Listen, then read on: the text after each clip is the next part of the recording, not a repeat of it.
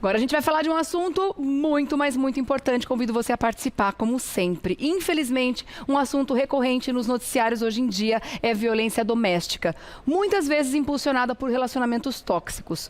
Como podemos decifrar os sinais de que um relacionamento está abusivo? Roda o VT.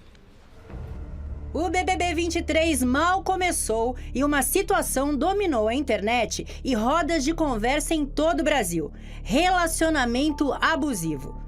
O romance de Bruna e Gabriel começou já nos primeiros dias de confinamento, com trocas de olhares, elogios, carícias, e logo na primeira festa rolou o primeiro beijo. Estava formado o primeiro casal do BBB 23. E não demorou muito para que o clima apaixonado deste lugar se tornasse DRs acaloradas, piadinhas, abuso psicológico e até ameaças de agressão física. A relação dos dois começou a incomodar os próprios colegas de confinamento que tentaram alertar o casal. Mas foi preciso Tadeu Schmidt fazer uma intervenção e mandar um recado direto para os participantes sobre o comportamento deles no reality show. O assunto ganhou grande repercussão nas redes sociais e é de extrema importância entender os sinais de um relacionamento abusivo para que as consequências não sejam mais um caso de violência doméstica e feminicídio.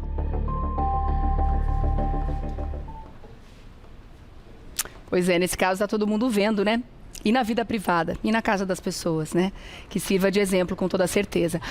Vamos conversar sobre esse assunto de extrema importância agora aqui no programa. Estou recebendo duas queridas, bem-vindas, tudo bem? Obrigada. Eu estou aqui com a Cissa Maia, que é psicoterapeuta, tudo bom, minha linda? Tudo bem. Bem-vinda, viu? E também aqui. a doutora Raquel Galinatti, delegada de polícia e diretora da Associação dos Delegados de Polícia do Brasil. Bem-vinda mais uma vez também, viu?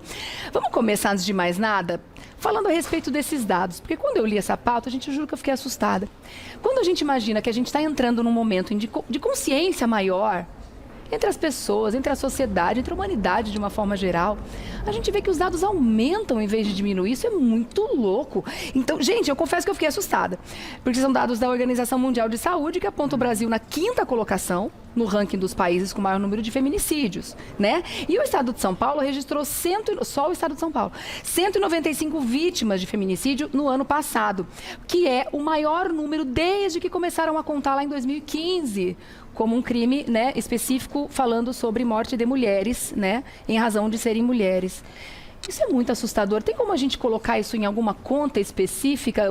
Por que esse fenômeno horroroso está acontecendo na sociedade? Vocês têm algum palpite a respeito disso? Claro, mas não sei se no campo da especulação ou se de repente existe alguma certeza em cima disso. O que está acontecendo com a sociedade, gente? Na realidade, a sociedade ela está visualizando e tendo esclarecimento, conhecimento do que é um crime de violência contra a mulher.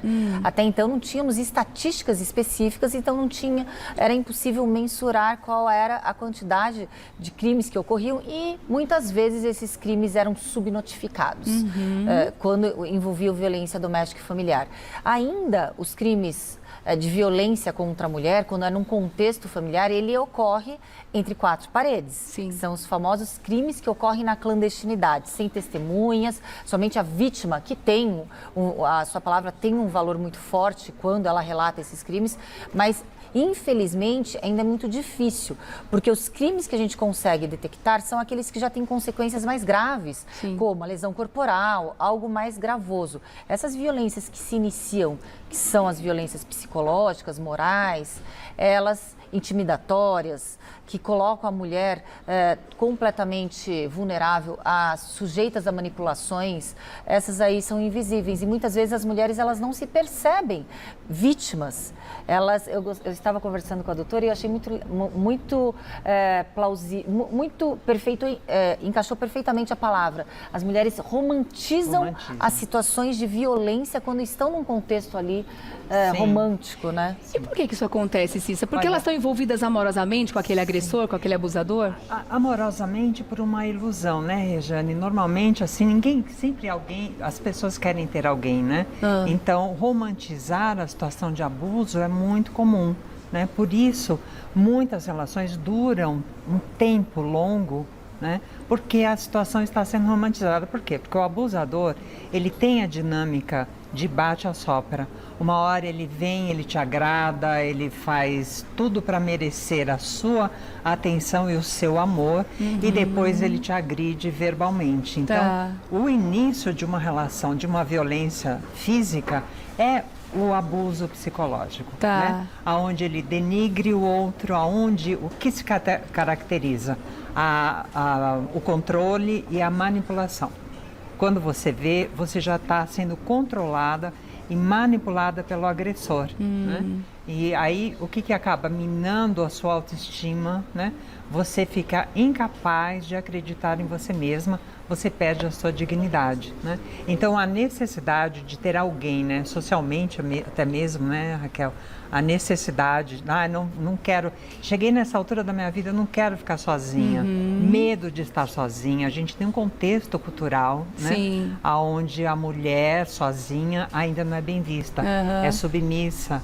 Então, a hora que chega até você, eu imagino que essa mulher já está totalmente com depressão, sem acreditar Você falou em da si autoestima, mesmo, né? e acho que esse é um ponto bem interessante para a gente tocar também, porque eu queria saber se é uma característica da mulher que aceita mais esse abuso, é uma mulher que naturalmente já está com a autoestima prejudicada, ou não, a mulher está dentro de um relacionamento e pode não perceber que esse abuso está acontecendo. Como é que você vê isso? Pode não perceber. Por quê? No início, esse abusador, o que a gente chama de mimetismo, ele passa a ser o reflexo do outro.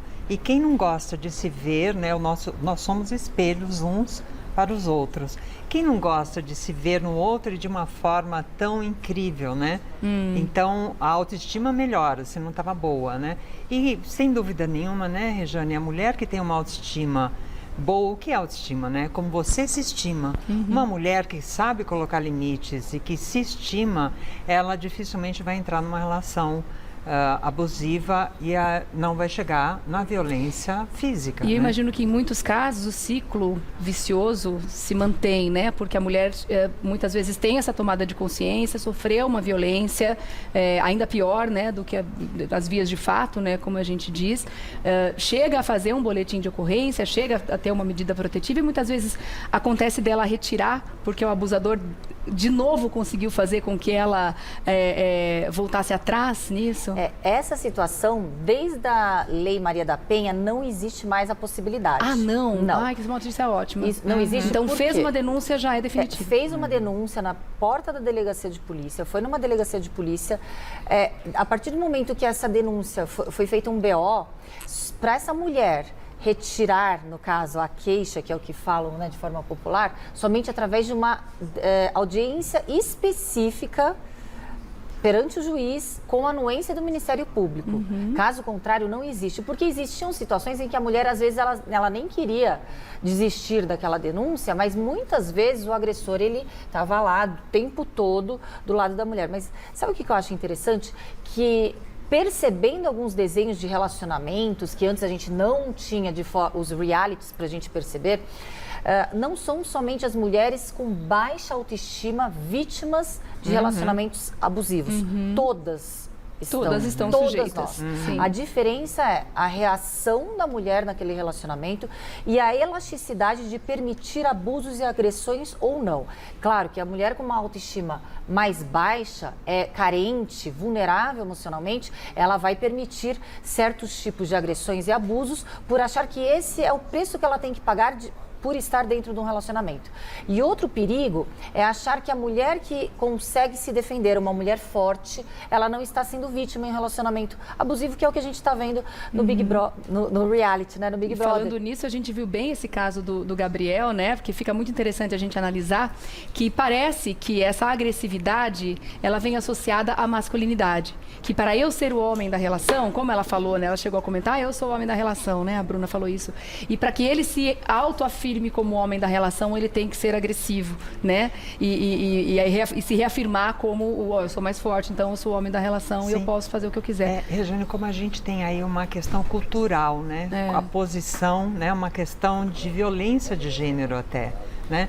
como o homem é ensinado a se posicionar e como a mulher é ensinada a se posicionar, né? Então, trazendo o que a Raquel está falando sobre autoestima, muitas mulheres executivas, muito bem formadas profissionalmente, passam por relacionamento abusivo. Sim. Né? Então, vamos entrar numa coisa aí rapidamente, que é de onde a pessoa vem. Qual a imagem, qual é o espelho, qual é o exemplo, qual o modelo que ela tem de relacionamento, né?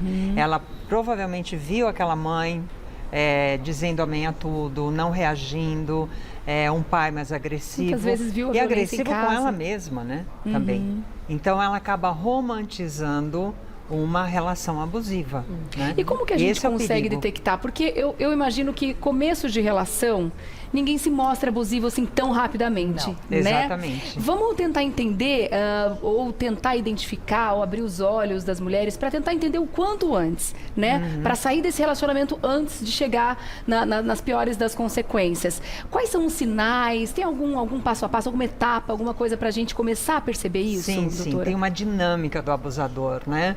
Então, assim, ele acaba criando uma figura que ele espelha você mesma, né? Você se vê. Então, ele vai te agradar muito, né?